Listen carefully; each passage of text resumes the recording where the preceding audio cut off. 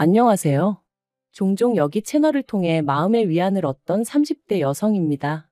하지만 여지껏 제가 남의 이야기를 들으며 울고 웃을 줄이나 알았지, 제 이야기를 하게 될 줄은 몰랐는데, 답답한 마음을 속 시원히 털어놓고 위로를 받으려니 여기만한 곳이 없네요. 비록 제 얼굴이나 이름은 밝힐 수 없지만 그래도 아끼는 동생이 겪은 일이다 생각하고 들어주시면 감사하겠습니다. 좋은 이야기도 아니고 친정 부모님도 저만큼이나 이번 일로 마음을 많이 다치셨다 보니 더 이상 두 분 앞에서 약한 모습은 보이고 싶지 않아요. 남편하고는 대학 시절부터 알고 지내던 사이였어요. 하지만 급속도로 관계가 진전된 건 제 나이 29 겨울이었습니다. 모처럼 야근 없이 칼퇴를 하던 날이었기에 빨리 집에 가서 쉬고 싶은 마음뿐이었는데 대학 동기에게 연락이 오대요. 자기가 너무 우울해서 그렇다며 와서 위로 좀 해달라고요. 좋은 일이면 차라리 피곤하다 솔직히 말하고 집에 갔을지도 모르겠는데 풀죽은 동기의 목소리를 들으니 차마 피곤하다 소리는 못하겠고 그래서 어쩔 수 없이 동기를 만나러 갔어요. 그런데 가니까 저만 온 게 아니라 다른 동기들도 둘이나 더 와 있더라고요. 게다가 우울하단 말도 거짓말이었습니다. 월요일 저녁이라 술 먹자고 불러내면 아무도 안 나올 것 같아서 그랬다는데 어찌나 짜증이 나던지. 하지만 어쨌든 자리가 만들어졌고 걔 중에는 남편도 있었는데 남편하고는 꽤나 오랜만이었거든요. 그래서 기왕 이렇게 된 거 인사나 하고 들어가자 했던 건데 그날의 만남을 계기로 남편하고 하루가 멀다 하고 연락을 주고받는 사이가 될 줄은 몰랐죠.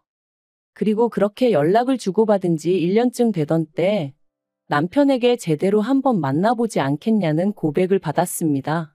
좋은 친구라고 생각했기에 그런 고백이 달갑지만은 않았던 게 사실이에요. 헤어지게 되면 친구 하나를 잃게 되는 거나 마찬가지잖아요. 뿐만 아니라 동기들 입에 오르내리게 되는 것도 싫었고. 그래서 처음엔 거절했어요.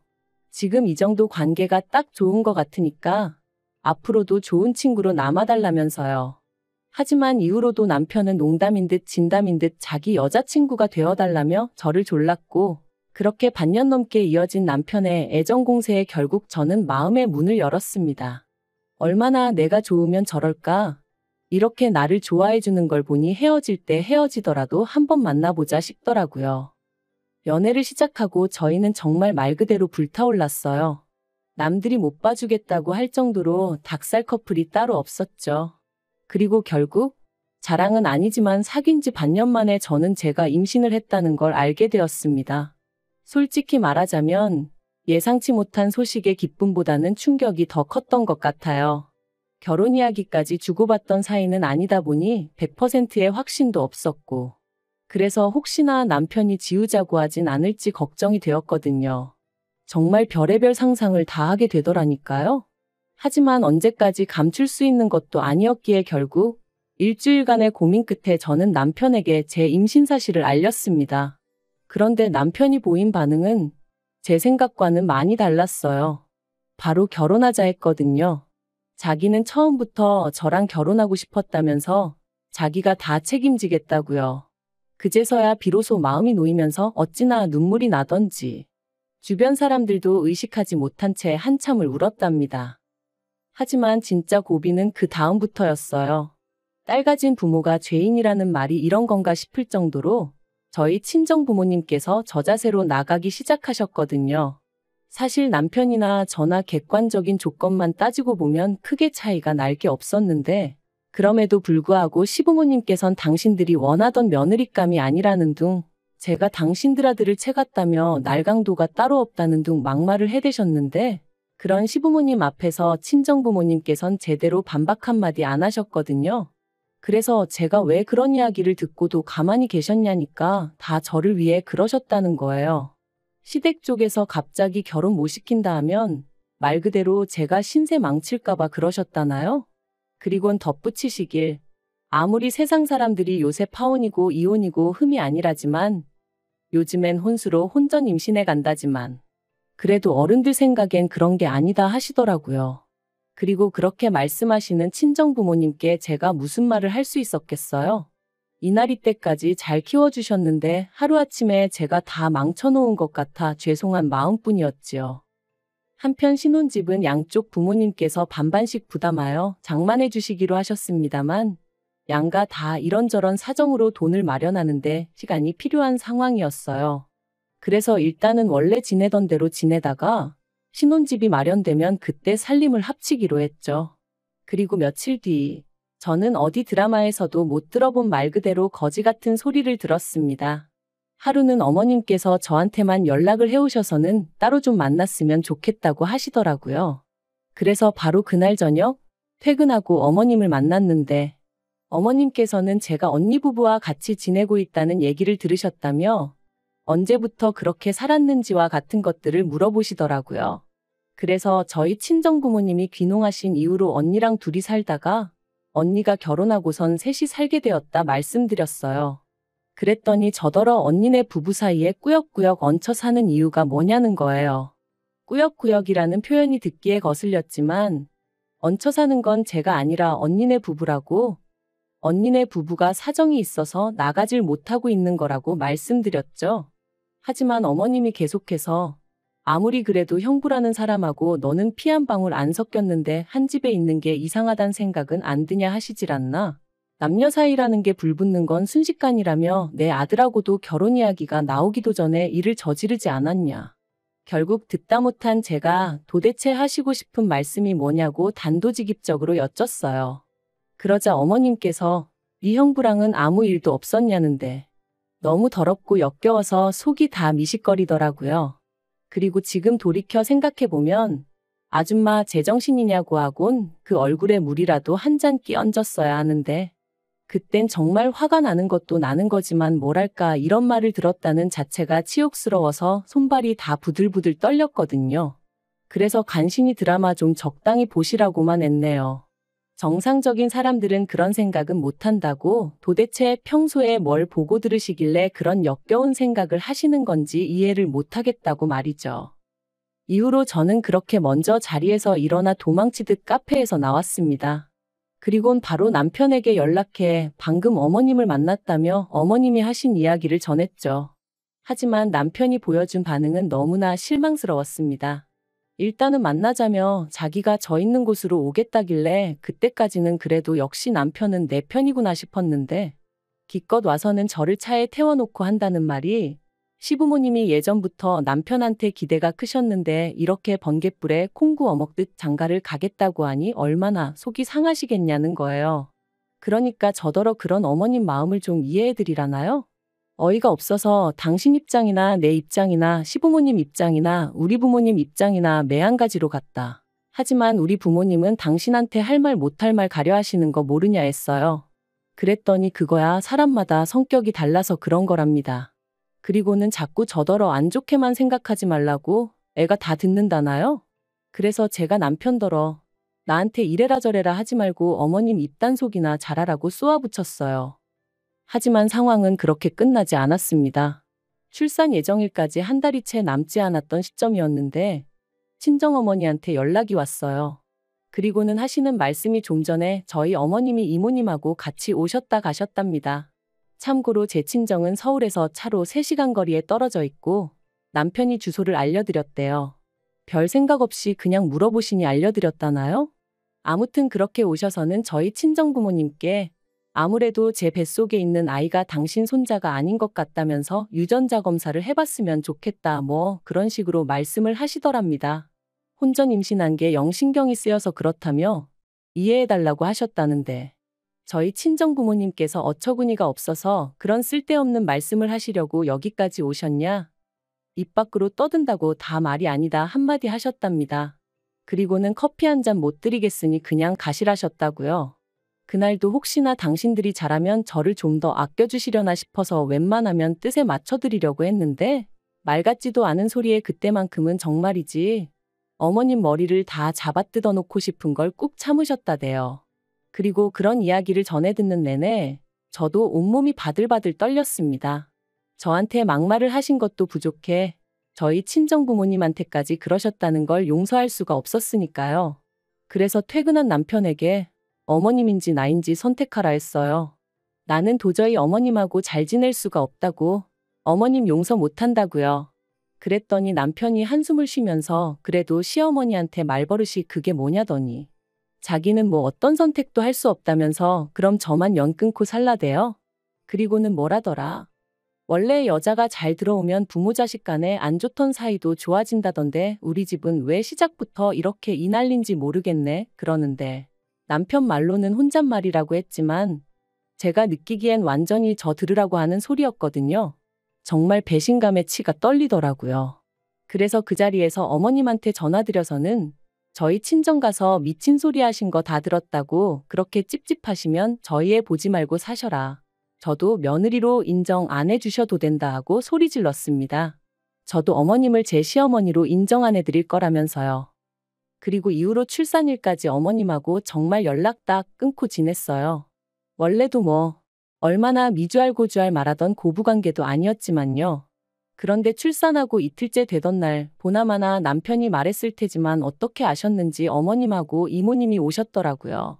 이모님이 제 손에 5만 원짜리 2장 쥐어주시면서 하시는 말씀이 저희 어머님이 말은 좀 세게 해도 정 많고 속 깊은 분이라며 죄송하다고 하랍니다. 저도 자식을 낳았으니 엄마의 심정을 이해하지 않냐면서요. 모든 게 성가시고 짜증나고 그래서 그냥 가시라 했어요. 그런데 한 2주쯤 지났나?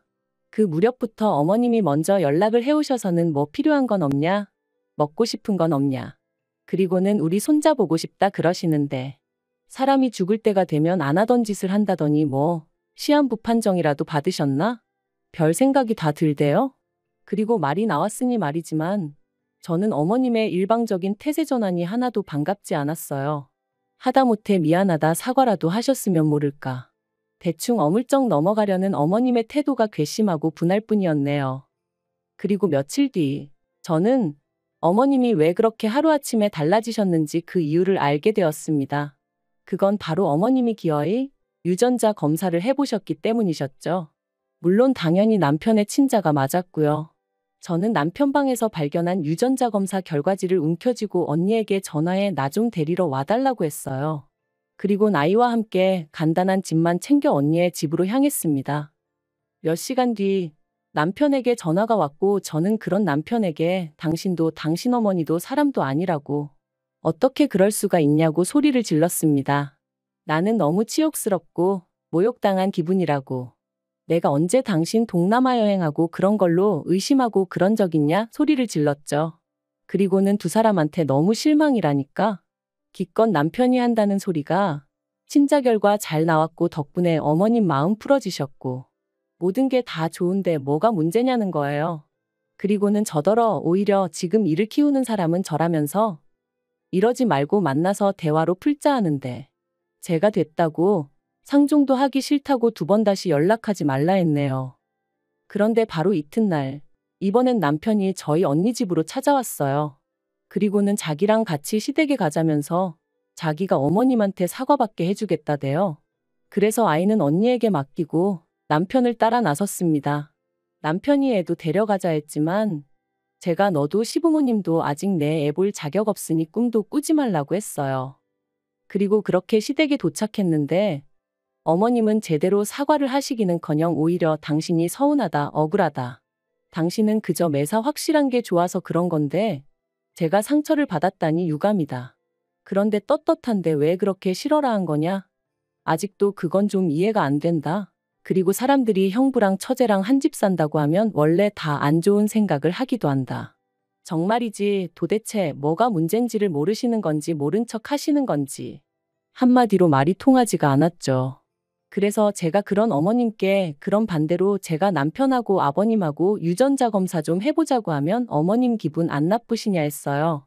그랬더니 어머님이 제 예상보다 더 당황해하시며 갑자기 네 시아버지가 왜 나오냐고 그러시는데 찰나였지만 뭔가 있나 싶더라고요. 그래서 다시 한번 말 나온 김에 한번 해보자고 했습니다.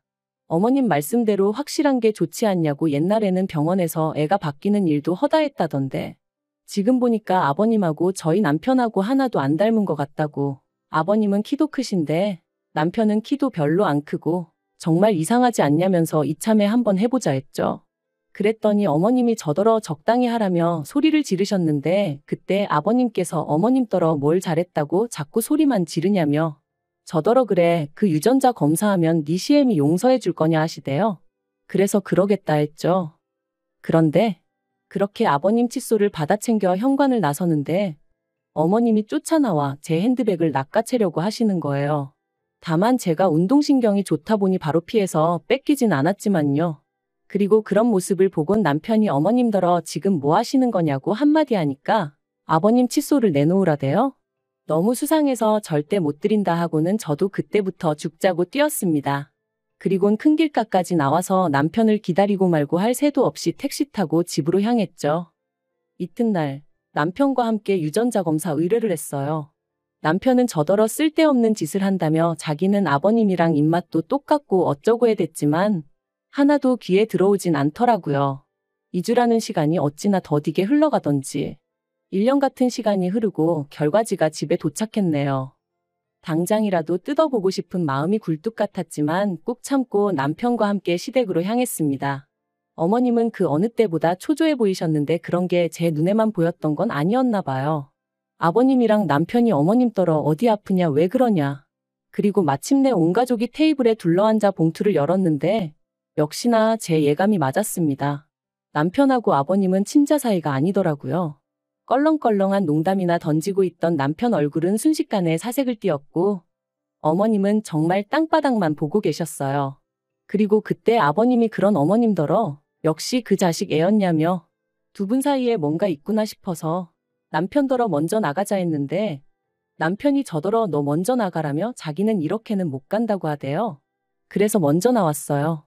솔직히 말하자면 어떻게 흘러가는지 궁금하긴 했지만 개족보 집안에 괜히 얽혀서 좋을 건 없잖아요. 그리고 이후의 일은 정말 어디 드라마에서나 볼 법하게 흘러갔습니다. 일단 저는 남편과 혼인신고가 되어 있지 않았어요. 이것도 어머님 때문이었죠. 당신 손자가 아니라고 생각하셨으니 진작에 혼인신고하겠다는 저희를 아주 입에 거품 물고 반대하셨거든요. 그래서 덕분에 아이는 오롯이 저만의 아이였고 그래서 저는 남편과 어머님을 고소했습니다. 변호사를 만나보니 갓 태어난 아이의 머리카락을 엄마인 제 동의 없이 잘라간 것만으로도 충분히 문제거리가 된다더라고요. 하지만 이게 다가 아니에요. 아버님이 어머님하고 이혼하기로 하셨거든요. 아버님이 어머님더러 몸만 나가라고 그러면 저희 남편은 계속 아들로 여기고 지원해줄 건 해주겠다 하셨다나요? 그리고 당신 아들이라면 껌뻑 넘어가시는 어머님이셨으니 결국 조용히 몸만 나가기로 하셨답니다. 이제 소중한 아들과 평생 같이 사셔야 될 텐데 좋으시겠네요. 그리고 저는 남편한테고 어머님한테고 저희 애 죽어도 안 보여줄 겁니다. 제가 아예 능력이 없는 것도 아니고 저 혼자 제 아들은 얼마든지 책임지고 잘 키울 수 있어요. 어머님한테도 저는 누구처럼 뻐꾸기 짓은 안 할 거라고 했더니 아주 손을 바들바들 떠시더라고요. 진짜 모는 애는 뭐만 보인다더니 당신이 그런 전적이 있다 보니 저도 그럴 줄 아셨나 봐요. 아무튼 남편이고 어머님이고 이 호칭도 오늘로 마지막이고 다신 부를 일 없을 겁니다만 아무튼 더러우니까 이제 우연이라도 마주치는 일은 없었으면 할 뿐입니다.